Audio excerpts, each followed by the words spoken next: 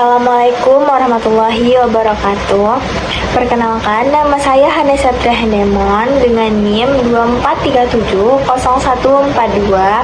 Saya di sini sebagai ketua dari tim 2 yang beranggotakan Silva Afriani Yunita dengan NIM 24370095 dan Ladies Delvia dengan NIM 24370019.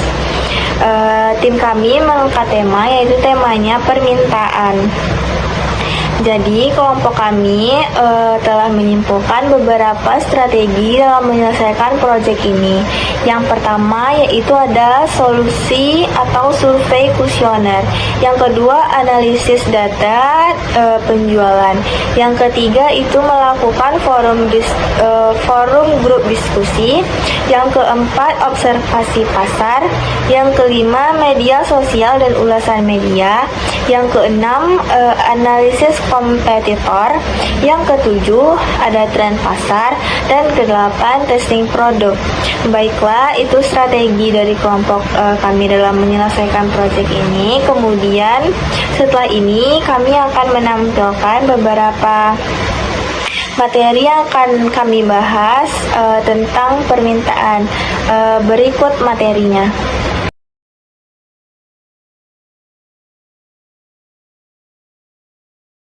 Permintaan adalah keinginan untuk membeli suatu barang dengan berbagai tingkat harga pada waktu tertentu, di mana permintaan tidak hanya tentang keinginan konsumen, tetapi kemampuan konsumen untuk membeli barang atau jasa yang dibatasi oleh pendapatan dan sumber daya yang dimiliki.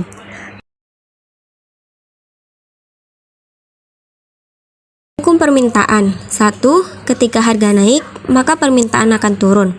Ketika harga suatu barang naik, konsumen akan mencari barang pengganti yang lebih murah. Karena faktor pendapatan konsumen yang tetap, mereka tidak dapat membeli barang sebanyak sebelum harga naik.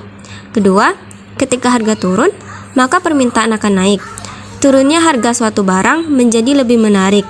Dengan penurunan harga, memberikan lebih banyak daya beli konsumen. Mereka dapat membeli lebih banyak barang.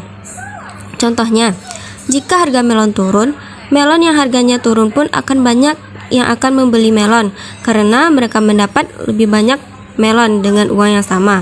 Sedangkan jika harga melon naik, beberapa orang tentu memilih untuk tidak membeli melon dan membeli buah lain yang lebih murah.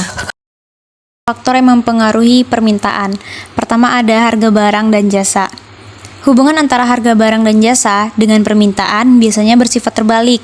Ketika harga naik, permintaan cenderung turun, dan sebaliknya. Kedua, ada pendapatan konsumen. Pendapatan yang lebih tinggi biasanya meningkatkan daya beli konsumen, sehingga permintaan terhadap barang normal meningkat. Sebaliknya, untuk barang inferior, permintaan mungkin menurun saat pendapatan naik. Barang inferior adalah jenis barang yang permintaannya meningkat ketika pendapatan konsumen menurun, dan sebaliknya, permintaannya menurun ketika pendapatan konsumen meningkat. Contoh dari barang inferior bisa seperti makanan cepat saji atau makanan kaleng, transportasi umum, barang bekas, atau barang dengan kualitas lebih rendah. Ketiga, ada jumlah penduduk. Jumlah penduduk juga mempengaruhi permintaan. Semakin banyak penduduk, maka semakin tinggi juga permintaannya. Terakhir ada selera konsumen.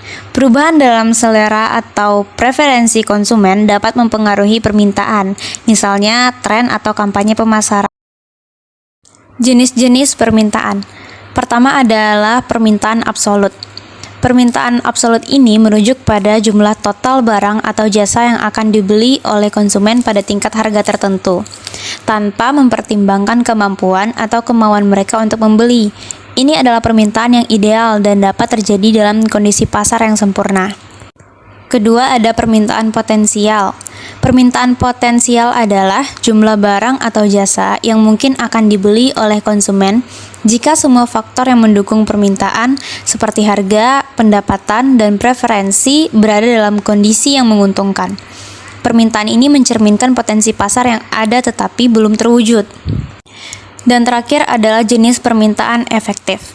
Permintaan efektif ini adalah jumlah barang atau jasa yang benar-benar dibeli oleh konsumen pada tingkat harga tertentu. Ini mencerminkan keinginan dan kemampuan konsumen untuk membeli. Permintaan efektif mencakup faktor-faktor seperti daya beli, keinginan, dan keputusan untuk melakukan pembelian. Baiklah, itu tadi materi dari tim kami tentang permintaan. Jika teman-teman memiliki saran, kritik, atau pendapat bisa dituliskan di kolom komentar